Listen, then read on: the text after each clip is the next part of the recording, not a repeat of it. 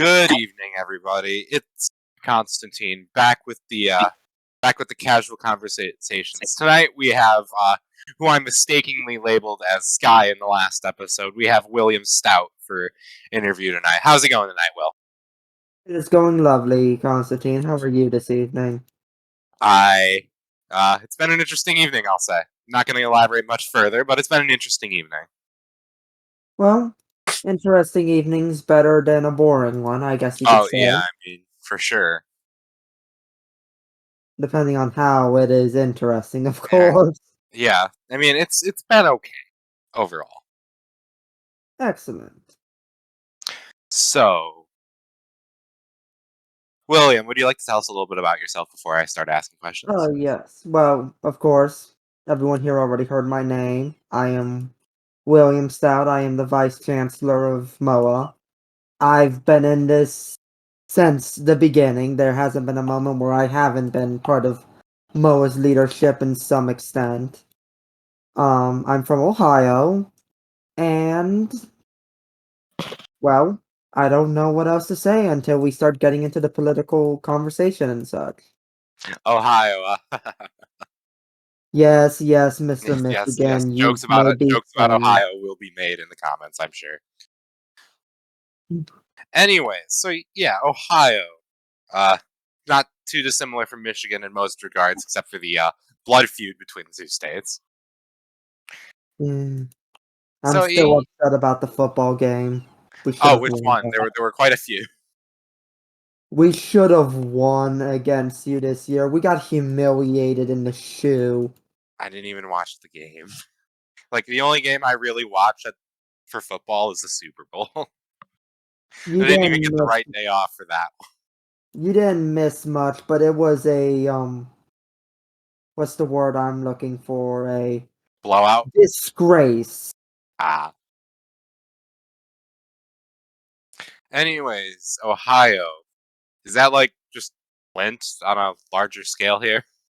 Is it just like a massive Flint but with better water? I wouldn't necessarily say better water because Lake Erie is a thing, but And yeah, you're one river that caught on fire in the 60s, which oh yeah, the that's Cuyahoga. another interesting one. It caught on fire in the 20s. Doesn't that go through like a major city? Yeah, it goes straight through Cleveland. It caught fire in the 20s, the 60s, and it occasionally still will on occasion. Yeah. Yeah, Cleveland, that's unsurprising. I had a cousin who went to college in Cleveland. I'm sorry for him. Her. She's a Weller too. So I can understand the whole misunderstanding here. But yeah, no. I feel really badly for her. Like, Cleveland's interesting. It's a place. Let's just Yeah. say it like that. It's a place. I guess it's not much better since the whole Great Recession thing, isn't it? Oh, not at all. But so, it's hard to see anywhere that has been good since the recession. It seems that many places in the Midwest never quite bounced back from the recession. Yeah, like look at cities like Detroit and Saginaw, not even like right on my doorstep. I see crime, I see dilapidated buildings. My city has more abandoned factories than it has ones that produce things still. Oh, yeah. Yeah. It's part of the Midwestern identity, really. Yeah, we really should not have sold our soul to the Chinese for cheap products. Well, I'm pretty sure when it comes to the Midwest, that was far out of our control, to be honest. For sure, we don't have the populations of California, New York, Texas to decide that. But still, we sold America's soul, our production, to the Chinese for what? The rusting buildings in the Philadelphia, Columbus, Cleveland, Detroit. What happened to our automakers, man? What happened to a lot of things, It really is disgraceful on a number of fronts. Because if we go back to World War II, our manufacturing was like the soul of the war. We were the people that were keeping the war going besides the British and the Russians. Mhm. because the French were already knocked out. Not to deny their struggles in Africa, but at the same time, when you know get beaten in 6 weeks, there's not really much you can do. Yeah, getting beaten 6 weeks, it's kind of shameful. But then again, Russia being pushed back as far as they were too, Right. with and then again, they did take the brunt of the Holocaust and all the war crimes that occurred over there. They took the majority of it. Of I course. think I think the statistics I saw the other day, and I wrote a paper in high school about the Eastern Front, like a 20-30 page paper. 27 million total casualties for Russia, Yes, civilian and military. when you really get into the statistics, especially around the Eastern Front, it is mind-boggling just the scale of the carnage. Yeah, no, it is literally insane. Sickening, Es- even. yeah, my history teacher was quite proud of me for that one, Mm. especially when it was like just the mind-boggling numbers, and I saw things researching for that paper that you know I Right. should not have seen at No my mortal age. man should see the things that were happened during the Second Yeah, World no, War. It's part and of what makes it such a traumatic experience globally. and to bring it back to the manufacturing thing because of the little side tangent here, we manufactured so much in our two states that we could effectively hold the Russians and the British with everything they needed and then send troops over ourselves. It Like is, that, yeah, just that's insane in itself. Like just think about how many tanks, how many cars, how many guns, how many even to the bullets, the hand grenades. Like it's got to be an astronomical number of, and it's not even just the Midwest, it was the whole country, but right. a lot of like the automotive manufacturers were contracted with the government to build We talk vehicles. about the Midwest as if we were the only center of manufacturing in the U.S., which, granted, we weren't, but we were among the largest. We were the automotive manufacturers of the country. The heart and But and soul of the now when I go outside anyways, all I see in my quaint little town is smoke coming from the chemical company. Or at least you still Smoke have a coming chemical company. Well, yeah, they're based in my town. To move their headquarters from my town would be removing about quarter of the workforce. Ew. That's my own estimate. That's not statistic or anything. But yeah, seriously, I swear to God, like a quarter of the town works for Dow.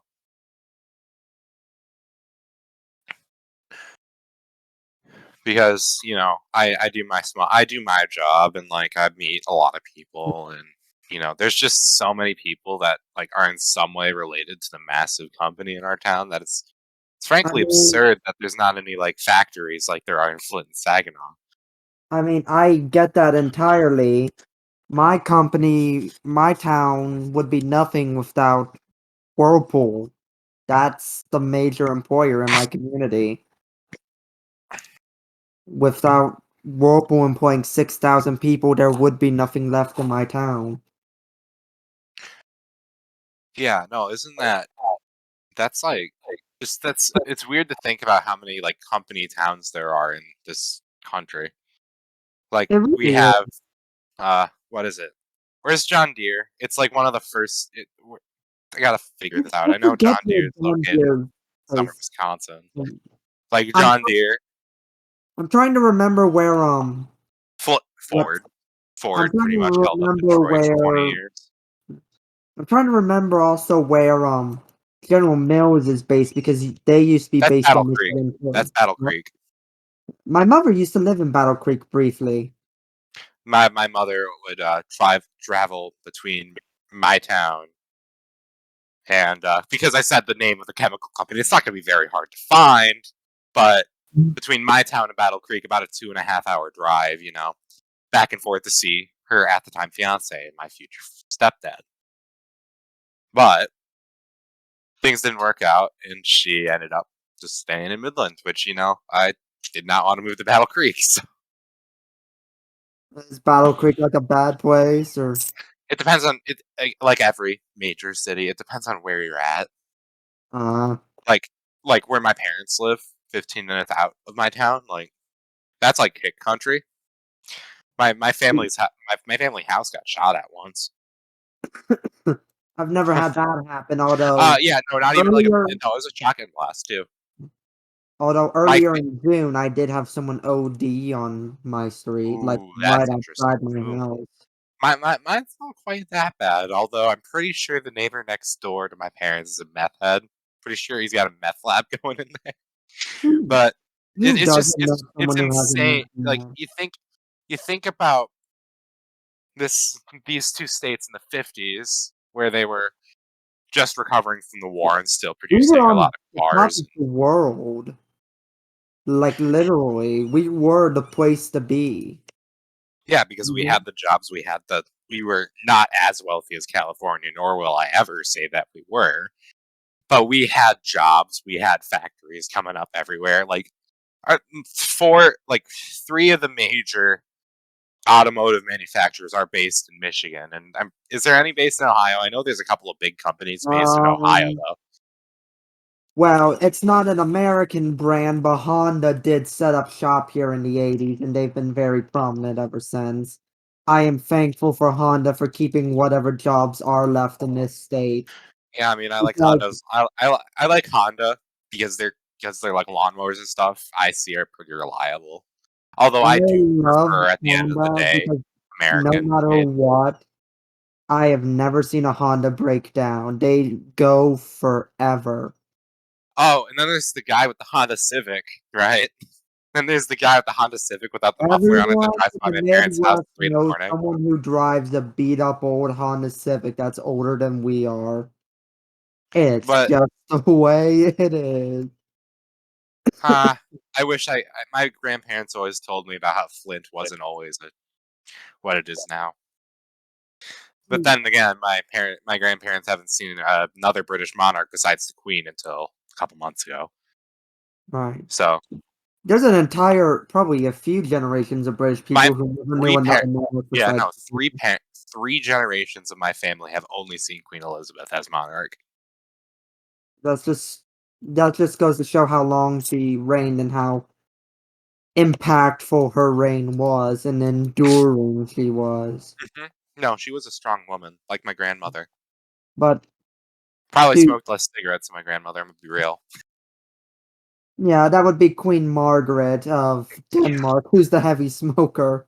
I swear I haven't seen a photo of that woman when she hasn't been smoking. You see, here's the thing. At least there's a tobacco company based in my state. Not sure if there's Mhm. one in Ohio either, but I'm glad there's not one in Michigan. No, there isn't a tobacco company based in Ohio. I think Victoria's Secret might be based in Ohio, though. Or at least the guy Yeah, who owns the company lives here. Wexner, whatever his name is. maybe no. I think Kellogg is based in Battle Creek. Maybe it's Kellogg's. I'm pretty sure it's General Mills, but anywho, back to talking about the recession. But yeah, the recession because my Yeah, dad worked. My father, he worked for Craftsman when I was very very little. Let's ever since Craftsman went overseas, their product quality has yeah, no, been downhill. seriously, their product quality went horrible. Yeah, no, it is Kellogg, by the way. It is Kellogg. Oh, That's a it is correction. for It's Kellogg. Where's that?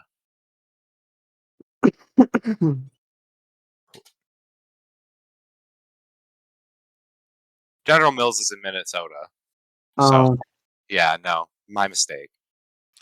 Anyway, but yeah, Craftsman's quality went way down. I used to live in Port Huron, about 20 minutes from the Canadian border.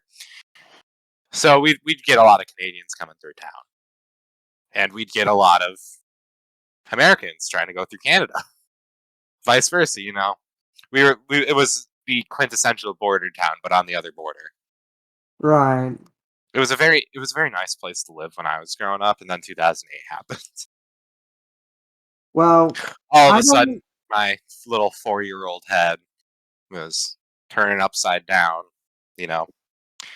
going 120 miles north, roughly, from. I'm ashamed to say I don't remember much from the period when the recession started.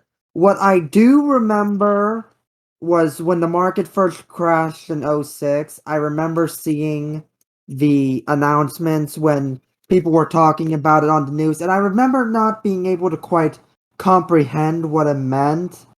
But I remember seeing the pictures of like the old comics and photos from when the Great Depression happened and how they were comparing it to the Great Depression. And I might have been young at the time, but I didn't need to be that old to be able to see the look on their faces and realize this was not good. And these people did not look okay. I remember the abject horror on my mother's face when my dad got laid off from Craftsman.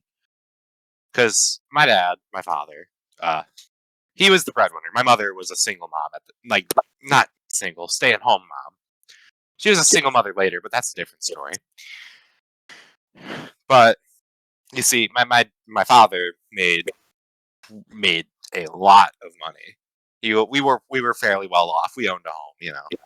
We had to sell the house and go north to where my grandparents' second property was, because we could not afford to live in Port Huron anymore.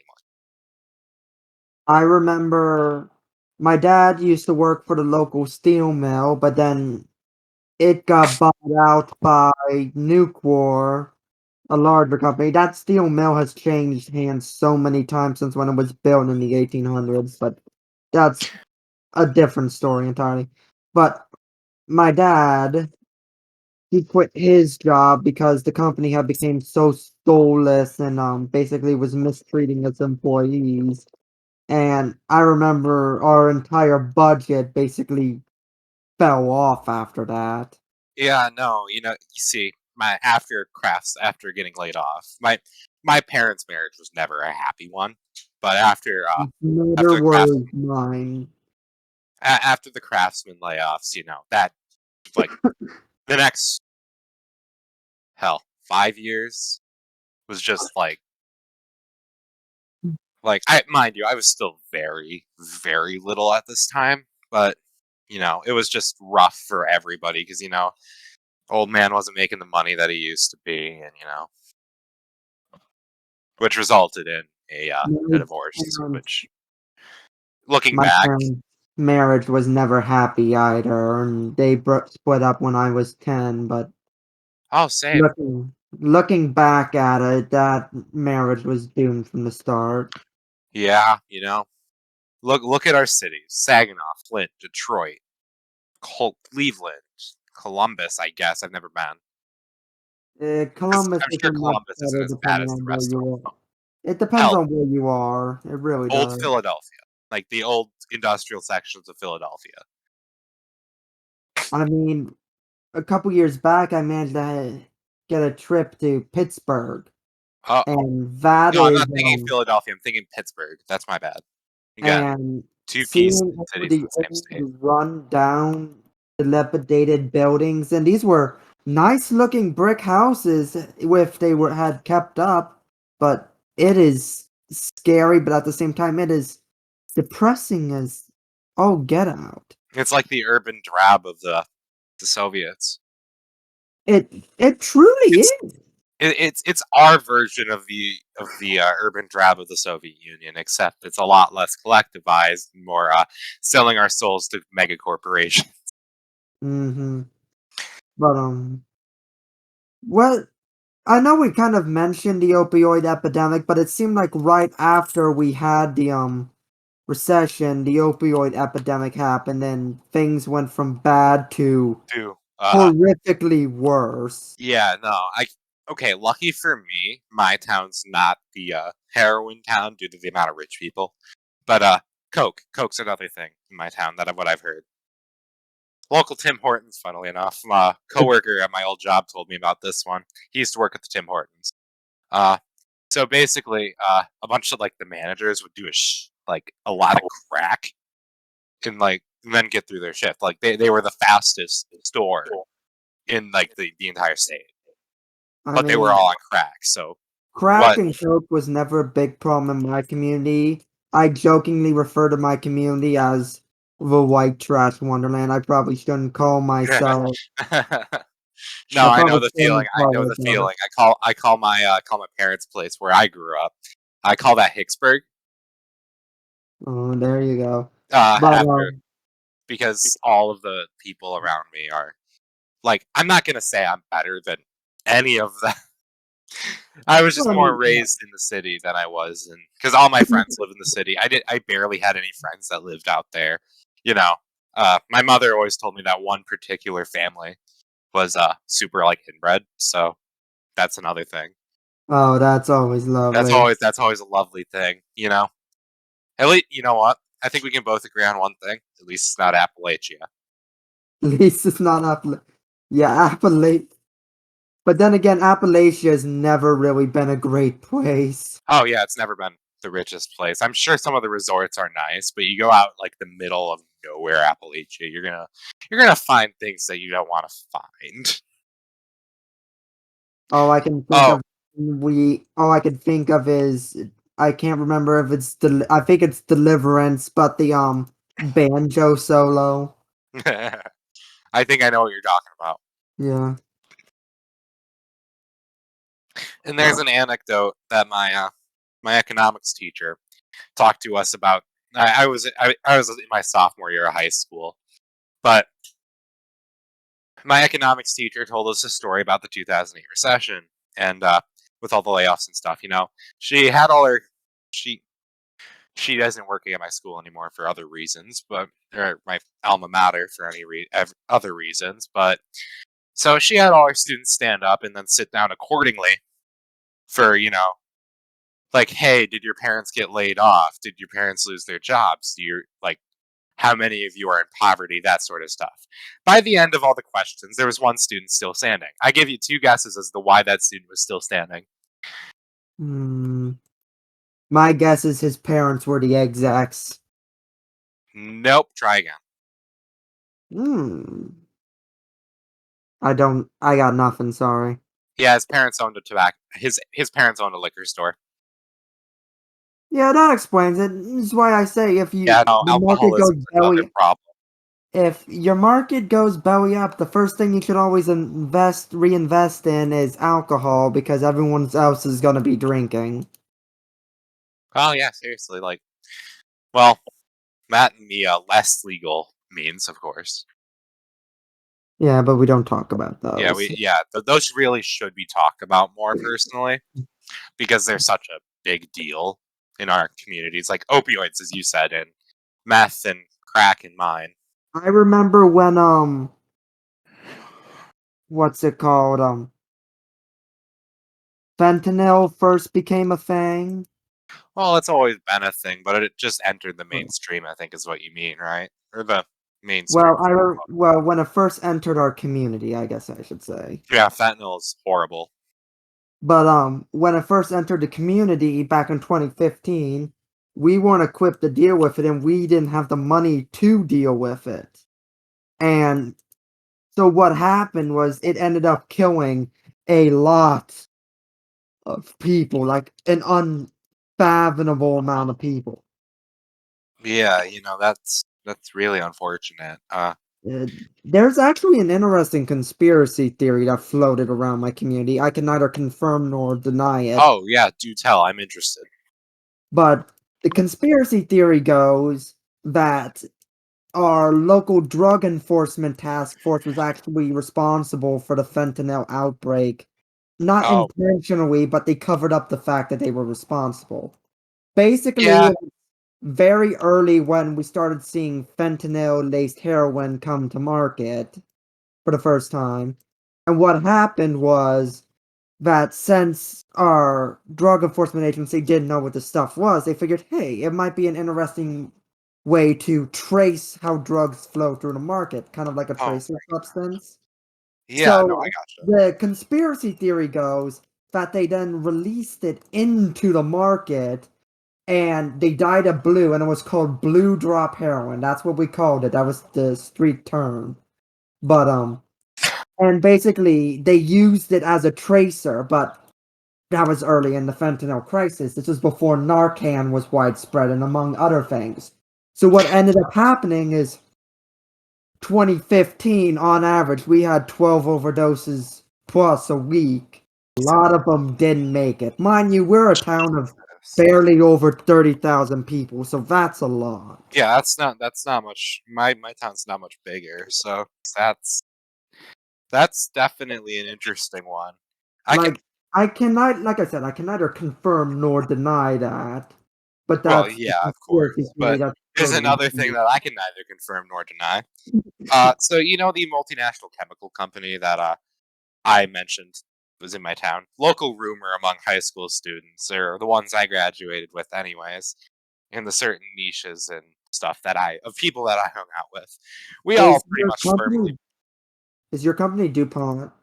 No, it's Dow. Similar, but no cigar. I know Um, DuPont has a factory here too. I just know DuPont has a very, very sketchy history. Oh no, Dow has a. It's like Dow has another very sketchy history too. Mm. Uh, so both companies also made Agent Orange during the Vietnam War. That's very well known. Well, But my company, well, my town supposedly had an involvement in the Manhattan Project. oh, that's fun. So rumor has it among certain niches of people that are overly on the internet, which is what I call my friends. Uh, so rumor has it that under the Dow headquarters and under the whole complex, there is Agent Orange under the town. Eh, A lot of Agent Orange, and when I say a lot, I mean because they produce right. a lot of Agent Orange. They didn't use all of it. They had to use And some. I don't think there's really an easy way to expose that stuff either. Oh yeah, no, you expose that stuff gets exposed. Like a lot of people are dying. I know we have a place for an old military. We had a munitions plant north of town, and they still have a spot where they're detonating unused munitions. And it's like fenced off, and they have like the dirt walls and stuff to keep the explosives from blasting out. But Yeah. we also had a place where there was a depot, and they built a school on top of the depot. Why Not would thinking they do that? anything, not thinking anything of it until the heavy metals and stuff from the depot started ending up in the school's water. Oh, yeah, that's a Flint water moment right there. That is And a it that is a was moment. worse than, I mean, it was Like a yeah, it's lot heavy worse metals. than It's not Flint just lead. water. It's not Lead, just lead. it's not, it was definitely not just lead. The funny thing is, everyone knew that the waste was there even when the school was built. It was like a widespread joke. They used to call this. They used to say that the school's mascot was the physicist because all the toxic waste underneath their school. And that does lead credence to the Manhattan Project theory too. Right, but Also, it I can wasn't neither confirm anything. nor deny whether or not there is Agent Orange under my town. It I was. have I not seen didn't it think it was myself. anything radioactive that was available at the site. But I think what it was what is the word I'm looking for? Like munitions and stuff that was left over from World Gunpowder, War II. yeah. Gunpowder, phosphorus, all that kind of chemical stuff that would have been used with explosives and such. Yeah, like But all the anyway, a lot of people got really, really sick. It was very, very bad on the community. yeah. What now? Was it worse than the fentanyl outbreak? Oh, no, not at all. They fixed that up and the school got a brand new facility out of it, but it I mean, still I would wasn't good. imagine that they got that stuff fixed immediately, right? Mhm. Because I'm sure the parent outrage from that one was a lot, given modern parents getting annoyed at the very slightest things.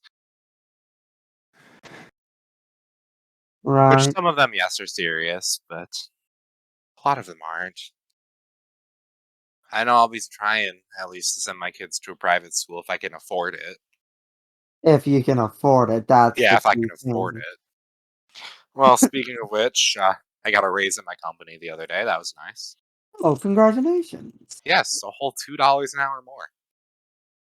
Well, Well, Your that's just company increasing the wage nationally, but Oh, that was it's still cost not. of living? It's still not. Yeah, it's still very nice. $2 an hour, I can't Like, complain. I'm gonna be able to actually afford a better place now to live. Yeah. And speaking of that, actually, in addition to our manufacturing debacle in our states and the whole opioid drug crises of the 21st century here, uh, we also have a problem with wages. Hmm. I'm not sure how much you make, Sky. I'm not sure how much you make, or Will. Well, I don't think it's any of my business, but I make, or I will be making about 14 an hour on average. However, at my old job, where I did a lot more work for a lot less pay, I was getting paid 11. So, mind you, I worked in food before I worked at my right. current. Food service is such an Oh no, the food service underappreciated. sucks. The food, yeah, no, it's seriously, it's one of the most underappreciated things ever. I refuse to ever work customer service I'm a good because customer that's service. how I'm good at customer service. I'm good with customer service. The thing is when your management sucks, it makes everything suck. I refuse Because to if work customer service because of just how unappreciative people are of retail and food service workers. you see, I haven't had that problem with my retail job. I haven't really had that problem with unappreciative people. It might just be my town, though. Consider yourself lucky. I've heard Yeah, no, I nothing do. but I horror consider myself. Yeah, stories. I've heard horror stories too. I consider myself really lucky. However, food service. I'll get into food service here real quick. I worked for a pizza place, pretty well known in my state. Not very much out of it, but the owner of the store was like one of the chillest, most cool dudes I've ever met. He's probably like double my age, but he was one of the him and I got along really well. GM, like the general manager, he generally managed a few stores in my area. I think just a couple within an hour or so of the store that I worked at. Mhm. But the store manager, don't get me started on the store manager because the store manager got my brother to quit. My brother is one of the most bullheaded chaps I've ever met. He made my brother quit, and my brother doesn't quit. So, My company is known for its extremely high attrition rate. oh, the turnover rate, Yeah. yeah, yeah, From and every it's my from G, a myriad of reasons from just people not wanting to work there to people just being so poorly treated in the company or yeah, mismanagement, and it's impossible to explain all the intricacies on why the attrition rate is so horrifically high. yeah. That's the thing with modern workers as well. Yes, we workers deserve to have the $15 minimum wage, which in reality won't raise prices all too much. It's because inflation ultimately comes from the top. But Right, right. however, I made $11 an hour. Wasn't even a manager. I was just an average. I was just the average You Joe made doing my job. $11 an hour in this economy? You were being At, robbed. well, yeah. Okay, that was at my old job. I make 14 now, so it's not terrible. Right, right, right. But still, that is robbery. Well, it's because I got the job when I was still in high school. Still, But they it's should have still given you robbery. a It's still raise. robbery regardless. I completely agree. And they did, okay, but here's the thing. My new job gives me 3 breaks, 2 paid, 1 unpaid, paid hour-long lunch break. My old job, even though I worked 5 to 6 hours a day on average, because sometimes I'd have to work 4, sometimes I'd work 7 or 8, so it averaged out to about 5 or 6.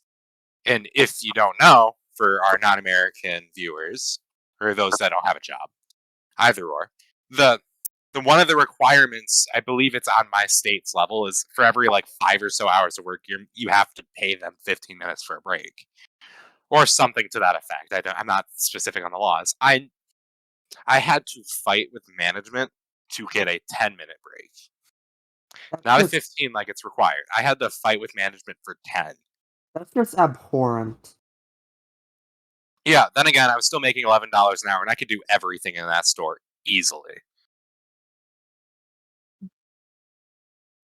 Then again, ranting about my food service over, whatever. It's Part of the reason our labor laws are so bad is because when we started trying to demand better labor conditions, all the jobs went overseas because everyone realized exactly. that they could get employees that they could pay less and they wouldn't complain everywhere else. Yeah, I'm not going to call it late stage capitalism, although inherently that's what it is. We're heading towards the end game, but We're in like the we're heading towards the end game of capitalism in this country. I'm no capitalist. I don't like our system. Never mind. I don't think a lot of people here are capitalists either, but I'm not representative of the whole movement. Let me just make that crystal clear real quick. I'm a lot more I'm a lot more varied in some views than the rest of the movement. But yeah, no. Like these Starbucks workers that were unionizing months ago, and Good for some of them them. getting fired for it. Then Amazon.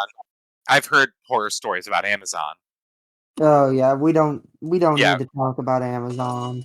yeah, no, we really don't need to talk about Amazon. If we But do, we're just giving them free publicity, any which they sort of really don't deserve. unionization effort in this country is a good thing, fundamentally. I don't care Agreed. what one specific server member says about unions because he's wrong. We know best because we've lived the consequences of what happens when companies aren't kept in check. Yeah, I'm not gonna say I hate my job, but there are some aspects to where I don't necessarily like it. Like having to stand 8 hours a day. Dude, I have flat feet. I have shoes that don't have soles in them. They are You would not make it in factory work then. no, I'm not even complaining. Like I get through my day. Like I don't really complain about it, but by the end of the day it starts getting like almost unmanageable.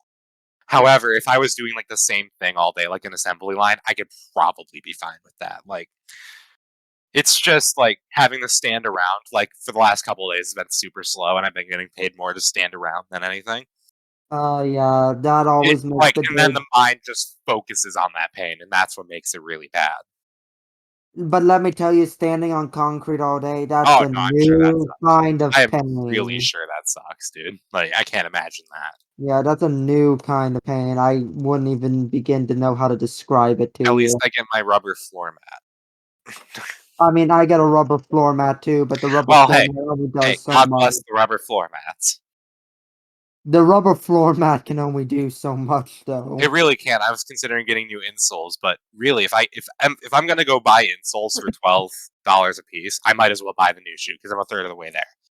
Get yourself a nice pair of work shoes that have memory foam built in. Skechers, It Skechers. will. I have work shoes with memory foam in them, and it makes all the difference in the world. Then again, the shoes I still have are the ones that I used for marching band in high school, so they've gone through a lot.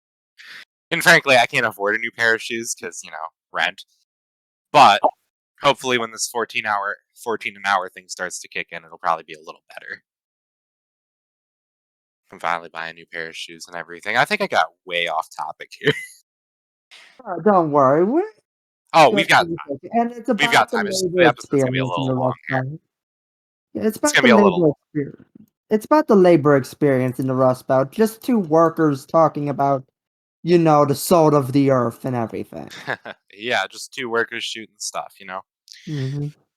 But yeah, one thing about my job is that with my job, I've learned to appreciate like people that come in and give us business. At my old job, it, you know, you've never worked in food, so I don't think you'd know this, but I don't know if it's just me, but like I harbored some resentment towards people that would order like 10 minutes before the store closed, solely because that's an incredible disrespect to the people that work there. I mean, I wouldn't Because consider it by the time, disrespectful, but it's like, why couldn't you have ordered 5 seconds earlier? Like no, no, 20 Will, minutes you don't earlier. understand. I'm because by the time the store was 10 minutes to close, we'd already had most of the store cleaned up. We'd had everything put away. Oh, We were super efficient with it. We were really efficient. That's one of the things I liked about that job is just the peak efficiency of it all. But the thing is, since we have everything put away, if somebody called in and asked for takeout, we'd have to get everything back out. make it, and then put everything back away again.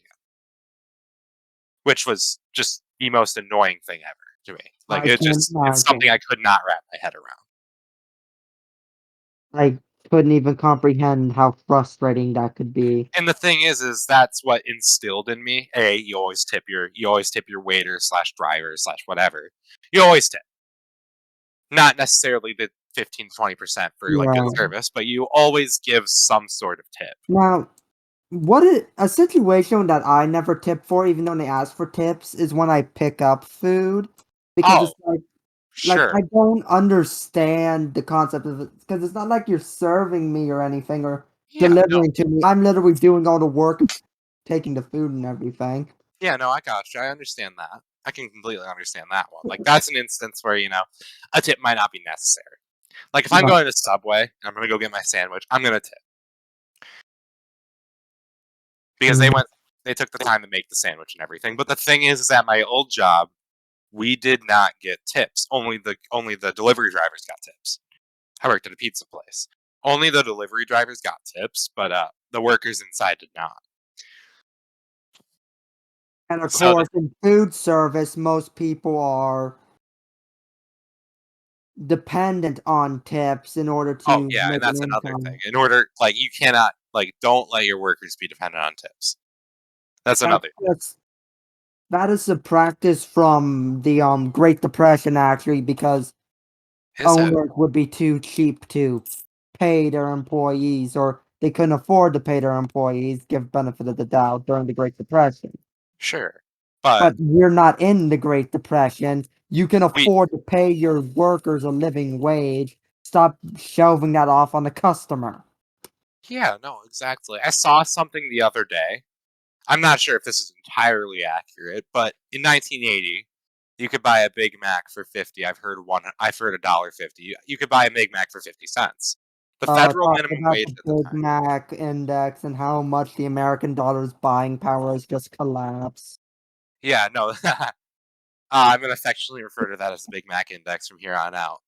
But Well, federal that's what minimum it's wage. called. That's Oh, is literally it? what it's Are you called. serious? Are you Yeah, it's serious? literally what it's called. Basically, the way the system works is that since McDonald's is such a large global company, that you can There's compare the there's value. no. Yeah, you can I compare thought the you were. value of the currency by judging how many Big Macs or Big Mac equivalent sandwiches you can buy in that country with its currency. That's actually. I didn't know that was a thing. But so basically, for those who don't know what the Big Mac index is, uh, so it was coined by the economists in the 80s. So in 1980, a Big Mac, which is I don't know if there's any Russians watching, but because you don't have McDonald's anymore, uh, so Big Mac, hamburger, two patties, generic hamburger, cost 50 cents in 1980. The American federal minimum wage in 1980 was like $3.90, so about $4 an hour. About. So with taxes, it would come out to like 53 cents, depends on sales tax in your state. But, well, so under the federal minimum wage, you could buy approximately 8 Big Macs for minimum wage per hour in 1980. Nowadays, Big Mac, I think, since I had to get McDonald's this morning for the missus, so like, or a Big Mac breakfast equivalent would be the steak, egg, bagel thing. Anyway, doesn't matter. That meal is just the sandwich is $8.50, which frankly is absurd for a hamburger unless you're going to a sit-down restaurant. I don't want to go to McDonald's and pay and shell out almost $10 for a hamburger. Right. So Really don't. federal minimum wage today is, correct me if I'm wrong, Will, but it's 7.25. It's like 7.25 or Uh, 7.45. I forget. I think they may have raised it recently, but I'm not sure. Don't quote me on that. Google my best friend. Hold on. Come on, Google. Uh, Uh, federal. Oh Survey no, says. federal minimum wage, not state minimum wage. Right. I get those. Those two are so 7.25. It confusing. is 7.25 an hour. So now, when you go to buy a Big Mac, you have to do more than an hour of work on federal minimum wage to go buy a hamburger. It should not cost that much to get a cheap hamburger. It's not even a good hamburger. It's a cheap hamburger. Like if I want a good hamburger, I'm going to go home and make it myself. Exactly. Because, it's probably at that point it's probably cheaper for me to buy the buns, the burger, because it's going to be like a pound of burger. The pre-made patties that you get in the freezer section at Walmart. That the buns, the burgers, the dressings, the lettuce, tomato, onion is going to be cheaper, and you can get more out of it than you would in the burger, than you would getting a burger at McDonald's. Which is, stop, which really helped me stop my consumerist outlook on things. I said stop getting takeout unless I'm going out with the missus. So like almost Takeout entirely. is not only bad for you financially, it's bad for your health too. People Yeah, no, don't that's why I seem to started cooking realize at home. how much bad stuff is in takeout food. You see, the missus and I will go to Panda Express once every like 2 weeks. I love I pizza Panda Express. I love Panda Express. That's my comfort I food. have too many good takeout restaurants in my town to just settle for Panda Express. That's fair. However, it's convenience I because it mean, is it's literally very, outside of my work. I mean, I get out of work Friday. We go to Panda Express. I go home. I have a place in my town that's called House of Hunan. It is the best You know it's good when divine it's a locally Chinese owned food. Chinese restaurant. You know What? it's good when it's a locally owned Chinese restaurant. And it's owned by actual Chinese people. Yeah, I've got one like that in my town, but it's kind of expensive. It's a Chinese buffet, and it's really good. But I don't like my local Chinese buffet. I just think their food is really low quality and the price is not great. listen, I don't care if my food's necessarily low quality. Like, if I can get a lot of it for because I think it's like $10 or so for the buffet, 10, $15 for all I can eat, and I can eat a lot. I can eat a lot as a fairly big dude. So Right. like $15 for maybe 3 plates. That's perfect. That's bang for your buck right there. Perfect. But now in someone like your instance, you may not be able to eat a lot of food, so therefore it's justifiable. But still, I should not be able to go to a Chinese buffet and get 3 plates of food for the same monetary value as a Big Mac meal. Right. It's just goes to show American companies are so I guess we can't really call the Chinese Oh American. no, it's The companies in Americans general, foreign multinationals. good. I would Honestly, McDonald's is probably more multinational at that point than they are.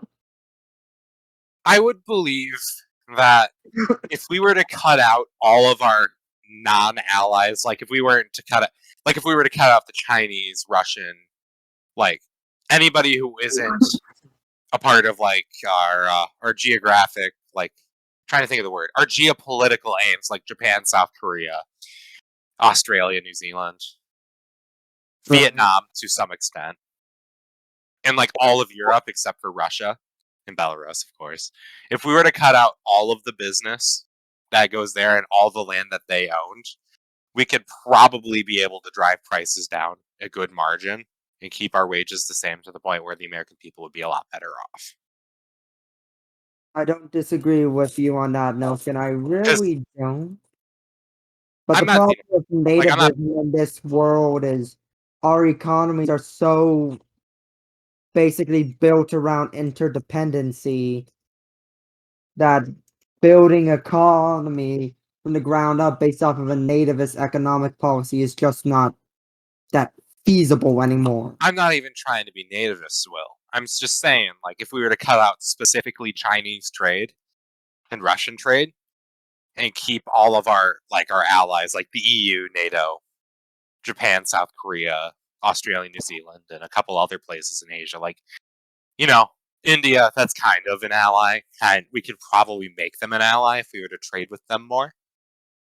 And, because I would also say cut out the Israelis from it too. Cut out, because like it or not, we're going to have to trade with the Arabs for oil. Like it or not, we have to trade with the Arabs for oil. Because we don't make enough oil domestically to where we can control the trade. Right. And now I'm not saying leave Israel on its own. I'm saying Of course not. we need to cut them out of an economic alliance, is what I'm saying. We should completely defend them. But at the same time, we need to negotiate a We solution. need to stop throwing them money. Yeah, we need to stop using them as a money dumpster. I love that term, money dumpster, because it's so true. Especially when there are people, hell, in my town, in your town, in every small town across America, there are people living in poverty that money going to the Israelis could be helping. My And the town, like Israelis, I said, my town has roughly 30,000 people in it, just over. We have 3 different homeless camps in my town. 3. that's nuts. That's one homeless camp for 10,000 people. That is obscene. Yeah, no, look at big cities like New York, San Francisco, LA even. Like, LA is probably the biggest one. Like, there are, if I had to guess, millions of people living in the poverty line. We could use the $500 billion or so that the Biden government threw at Israel. Or at Ukraine, even. Okay, I am fully supporting throwing money at Ukraine. I don't like Russia as much as the next American, but I will stand by and say there are too many domestic problems in our country for us to just be blowing money in Eastern Europe right now. Okay, you know what? I can agree with that, but if we weren't sending money instead of just like if we were sending, say, tanks, HIMARS, all like the military equipment. We are as If we were well. to send more military equipment and reduce the amount of money flowing in, that would probably be better.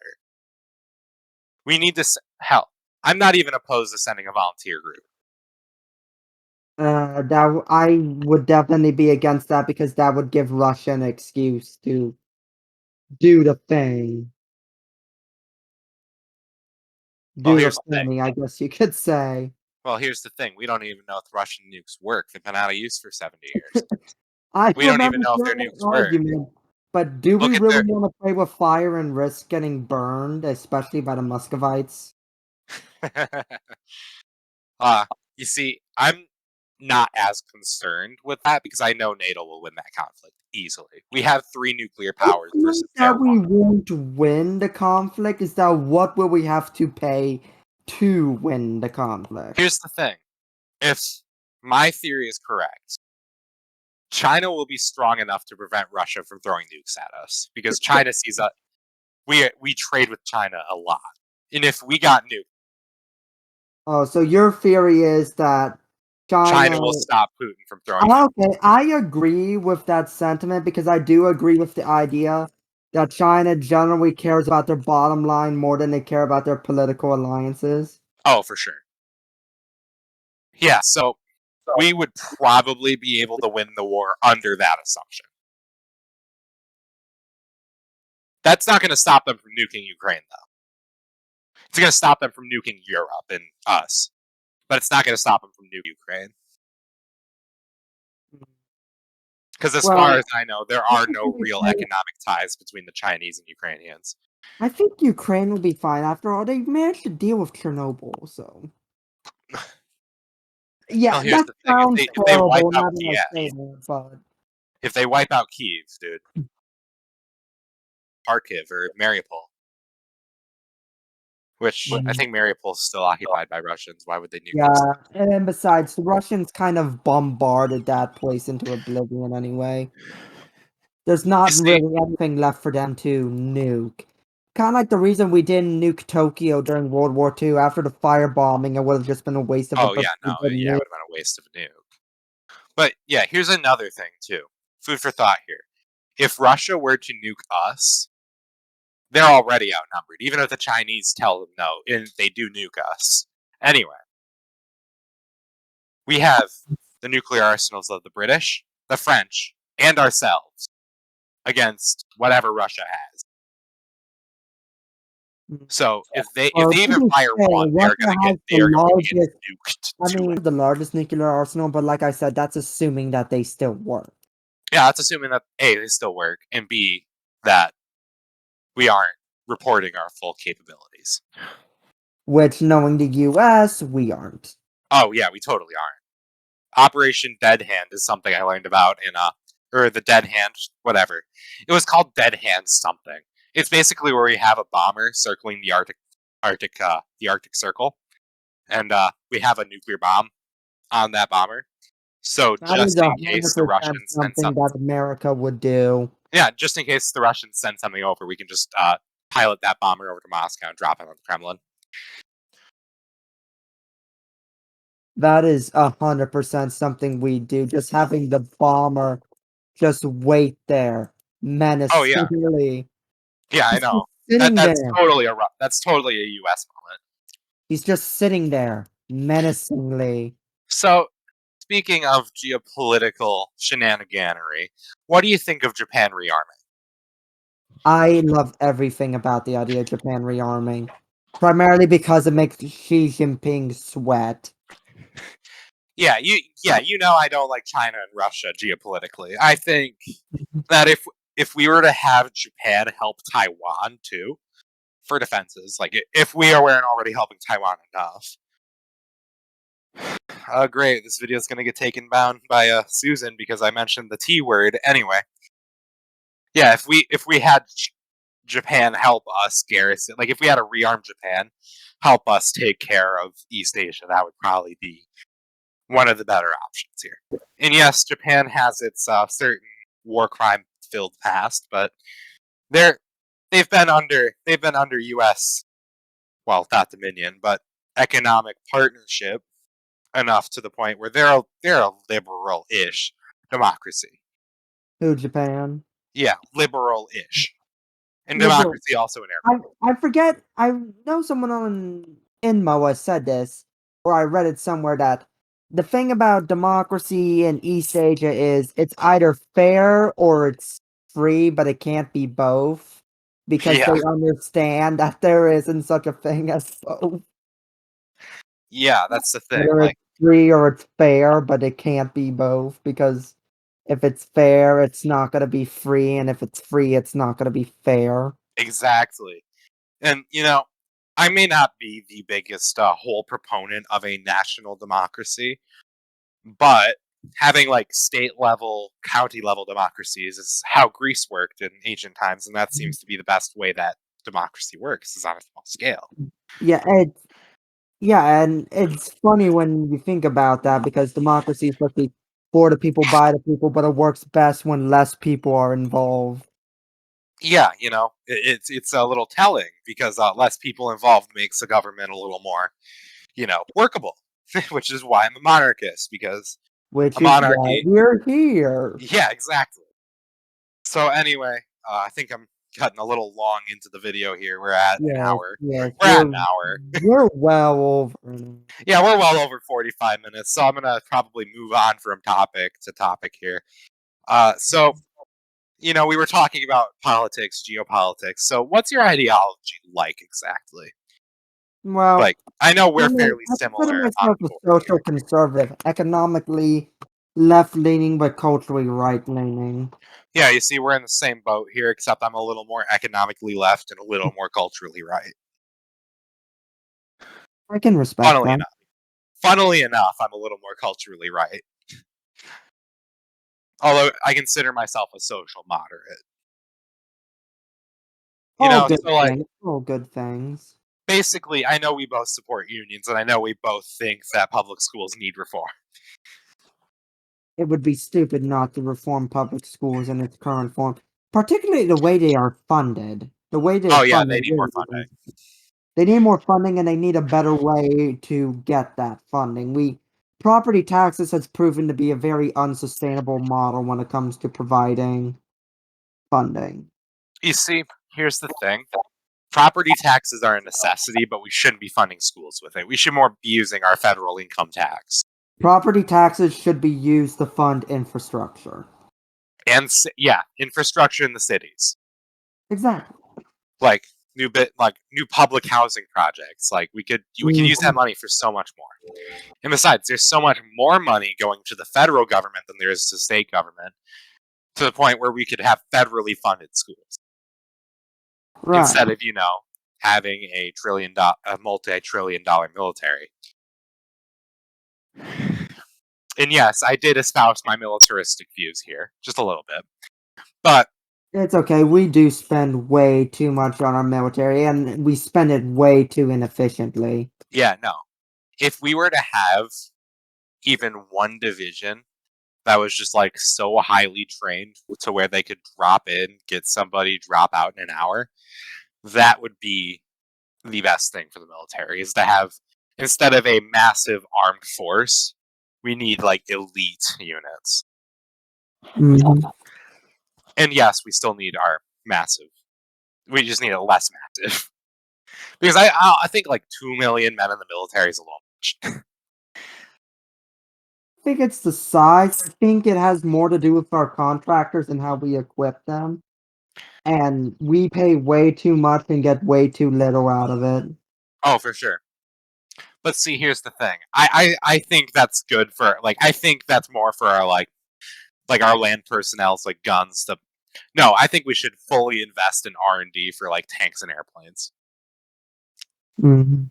I think the main problem is the Navy. Not saying the Navy's bad. I love our Navy, but they are a little overfunded, especially when we're not really using them for all that much at the current moment. Honestly, if I have to point at our source of our overfunding problem, I have to point at the Air Force. Cough, cough, the bottomless pit that was the F-35 project. Okay, now listen. I Here, like developing new planes.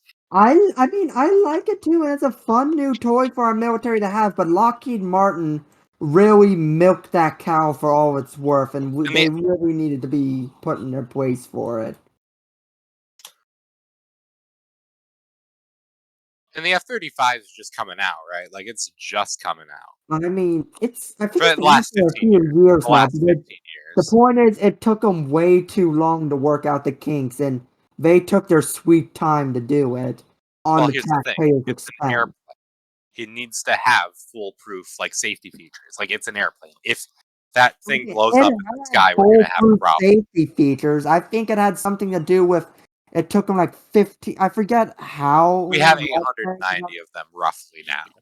I forget what was the big issue with it, but it took them like 20 some years to work it out. And it's like it doesn't take that long to solve a problem unless you're trying to milk the cow for all it's worth. Unless it's multiple problems as well. Okay, Ew, and it does look very nice. it is very It's nice. I've beautiful. heard some Now, people say they really. I'm not necessarily say we need to dump a bunch of money into the fighters. I think we need to dump a bunch of money into our high-speed stealth bombers. The Because if we can get in, Stealth Bomber bomb, and program get was out. never that prominent and successful.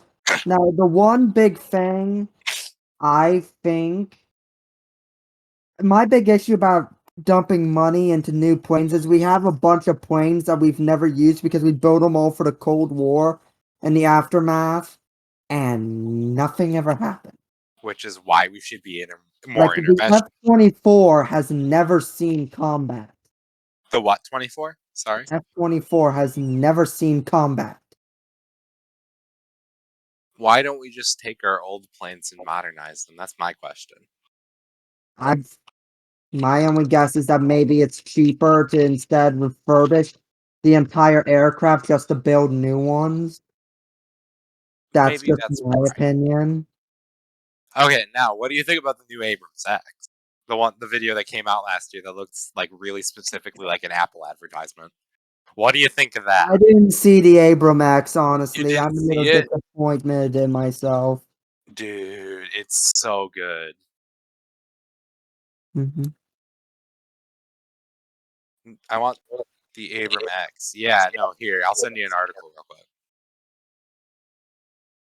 It's gonna have a high, like, it's gonna be more fuel efficient, quieter, lighter, and have a smaller crew. Ooh, So it's gonna be like I do ultimately it's gonna love be more Nemo. efficient than the old M1, but The most disappointing thing I've seen was the news that it's going to take several years before the Abrams is able. It's going to take like a year before the Abrams can make it to Ukraine because they gotta make some with composite armor because the high powered uranium armor is top secret. Not that I think we should be giving the Ukrainians our good depleted uranium armor. I mean, yeah, but if they manage to capture it, they then Oh have yeah, to that's a problem. That swap is totally a stupid. problem. So yeah, we can afford to be a little greedy here. Yeah, I Besides, think an yeah, 'cause Abrams we don't. without the super high tech armor is still an Abrams.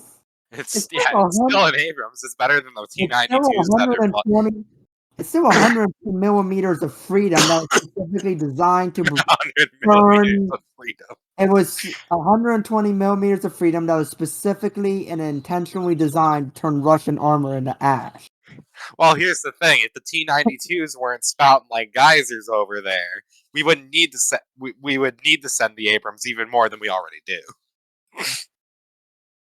I'm still waiting for them to send all 12 of the T-14s they have. All All 12, 12 of all them. 12. Like, But yeah, we no, hyped up the T-14 so much, and it was like, there's only actually 12 of them. yeah, owning only 12 of them is kind of depressing. One could say. All bite and all, what's the phrase? All bark and no bite. Yeah, no, the Russian army, as proven by this year of war, or yeah, it's going to be a year and in a couple weeks now. As And a proven by this year year of into war. their 3-day military Yeah, operation. no, three. It's gonna. Yeah, it's years for a 3-day military operation. That just shows the Russian army has more bark than its bike, and that we truly have something to admire about the Ukrainian people as their resolve. It's Because they honestly have, like, it is by all standards of the word a miracle that they have not given up to the Russians yet. miracle. I don't think it's I think part of it is scale because ever since 2014, we've dumped amount of training and resources into Ukraine to basically make them an impenetrable wall just to get under Russia's skin. And you know what? I think that's the one thing I can actually, like, unironically say thanks Obama for, because we know Trump didn't One do anything thing, about it. the one thing Obama did right, and I can't believe I'm saying this because back then I used to be a Putin fan, and I'm a little ashamed to say it. Yeah, yeah, same. Honestly, same. I was up. I was too up until the day.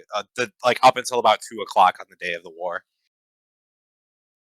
because I realized I'm getting my sources from RT, and that's a literal Russian outlet. Better be So careful yeah, with those better be careful with those words, Constantine. If Charles hears what you're saying and putting on YouTube, he's going to be very unhappy with he's you. editing it anyway. He's editing it anyway. There we So yeah, go. go ahead, editing. Go ahead, bleep me whenever.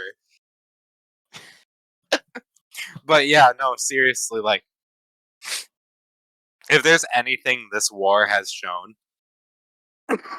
it's that American army best army. And Ukrainians would be a great the Ukrainians would be a great country to put in the NATO, as with Sweden, Finland, except for Turkey blocking them. Which Which speaking brings of me which, back to the part where I unironically support throwing Turkey out of NATO and giving Greece the green light to retake Constantinople. that seems kind of larpy, but actually, hey, I don't know if you know, but we've got elections coming up in Turkey, Oh, I'm and too busy. it's going to be an interesting one because there's a 6-party coalition going against Aragon. I mean Erdogan. Yeah, it'll be interesting to see if Erdogan tries to pull a coup. Yeah, if Erdogan coups, we have a green light to invade, though. I'm I don't interested know. to see where this goes. Honestly, that's seems almost tradition in Turkey at this point. Yeah, it's just a Turkey moment, really. And you know what? I have a feeling that if Erdogan tries to coup the government, they're going to be leaving NATO. Yeah, Erdogan has this weird. I think they call it a neo-Ottoman ideology. Well, neo-Ottomanism is based in all, except they don't have a calendar. So, I have a certain hate for Turkey, not because like they're Muslim or anything, but because of Turkey's historical revisionism, their habit to basically oh erasing the yeah, cultures that dude. actually originally lived on these lands. Here's another thing, Sky. I don't know if you know, but in my history I'm sorry, class, we what did talked you about the call Armenian me? genocide. We talked about the Armenian genocide, right? Right. So my teacher told me and my class that the Turkish government is actively lobbying for genocide denial in the U.S. Congress. I really, really hate the Turkish government. I can't stress how much I hate the Turkish government. Now, here's the thing. If that nation alliance comes to power as opposed to Erdogan, it'll not only be a victory for democracy in Turkey, but also a victory for the Middle East, in my eyes. Because if Uh, we have a less aggressive Turkey, we Now, have a what chance at. I'd really like to see is Turkey try and make amends with the Kurds and the Armenians, and I would love to see us flip Armenia into NATO and kind of see that, going with Russia has been nothing but disastrous for them. Yes, exactly. But here's the thing about that. Azerbaijan is turning itself into a petrol state, and they are closely allied with Turkey. You So said if it's anyone, federal state. Why yeah, you gotta be a buzzkill like that? I gotta tell you how it is.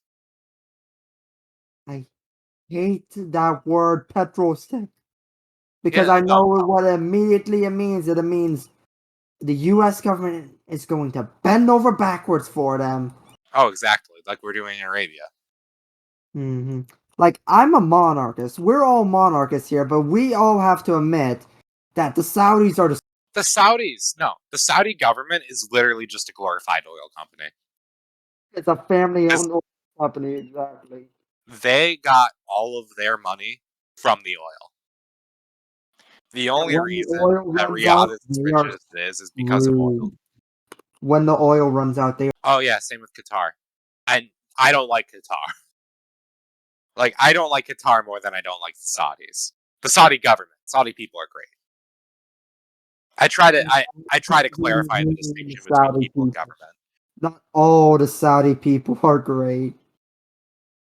Then again, that's another nuanced topic for a different time. Right. It's getting late. We should probably wrap this up soon. Yeah, and with one final question, let's bring it back to domestic here. Let's bring it back to the domestic ideas here. Is what's your opinion on the state of the union here in the country? Uh, it's looking better than it's been in the past few months, but it's still not great. It really isn't. Like, oh, speaking of State of the Union, that's next Tuesday. Oh, is it? Yeah, I wonder how Biden's gonna spick and sputter himself out of this mess. Well, I hope Biden doesn't say a word personally, but Oh, it'd that be would great just to have. fuel It'd the be great to have a little King Chuck to come back and that would storm just the White, fuel the like not storm the White conspiracy. House, but That wouldn't fuel the conspiracy theorists at all if the I, entire State of the Union speech was just Camilla Harris oh basically no, I would holding rather not have Kamala Harris do it either. I would rather have Chuck come in and do it, like not our It Chuck, but still King Chuck. amazes me they let her be Joe Biden's VP, considering how hated she was in the primaries. Yeah, no, honestly, they probably would have been better off with the gay guy, Buttigieg. And the only reason I remember who he is because he's gay. That's basically the only thing significant about him as a politician. Other than being mayor of South Bend, Indiana, but really. I thought, oh no, wait, Beto was from Texas, not Buttigieg. I Like, think I no. get those two confused. And, while I don't like my multinational media conglomerates, I think Bloomberg would have been a good president had he run. Ew. Didn't he end up being in Epstein's black book? I remember the joke that when people were arguing over whether or not it was Trump or Clinton that killed Epstein, that it was actually Bloomberg the entire time. Yeah, the Michael Bloomberg campaign. I don't remember if he was in. Now, Oh, I I like know you Wikipedia's know this, curiosity but here. back before MOA was a thing, back before our little monarchist adventure was a thing, my big thing was I was part of the Yang candidacy. Oh, Yang Gang. Yeah, Yang Gang is good. I always liked Yang. He's a However, swell I was dude. He's like a genuinely good person, and that's That's a rare quality in the U.S. government. That's a rare quality for a politician. He reminds me of that Slovenian president. I don't remember him. He's okay. So for Slovenia, there's the former president of Slovenia is doing like a charity auction for his car. Let me find his name real quick.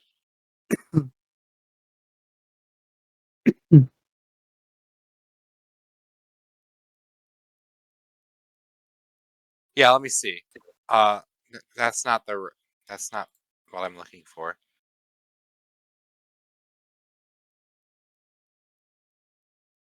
Where are all these wholesome politicians coming from, and why aren't they running in the U.S.?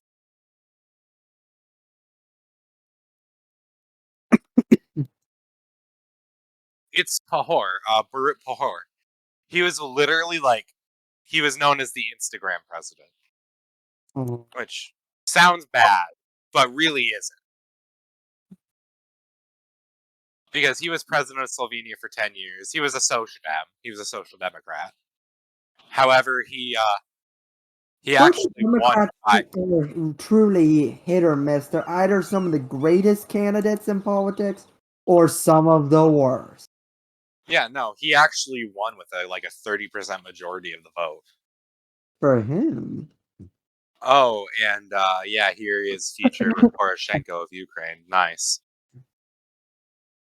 Well, anyway, we should wrap this up. It's getting late. Yeah, it really is. Anyways, that's the show tonight. I hope you enjoyed him and I rambling for, what is it, an hour? An hour plus now. 7:14. It is now I don't know if we talked about anything truly 8:37. important, but we had an honest and good conversation. It was very nice. Yeah, it's been going on for like an hour and 20 minutes now. So Chuck is going to have a fun time editing this one. So, yeah, that's it, guys. Take care, Constantine. Have a good, what? Take care. Anyway, Will, before you go, any last thoughts?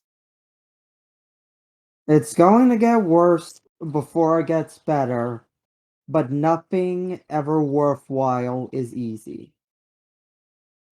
That is a completely accurate statement. And without further ado, everybody, we will have we'll have Chuck Charles York on next week for interview. And with that, everybody, have a good night, guys.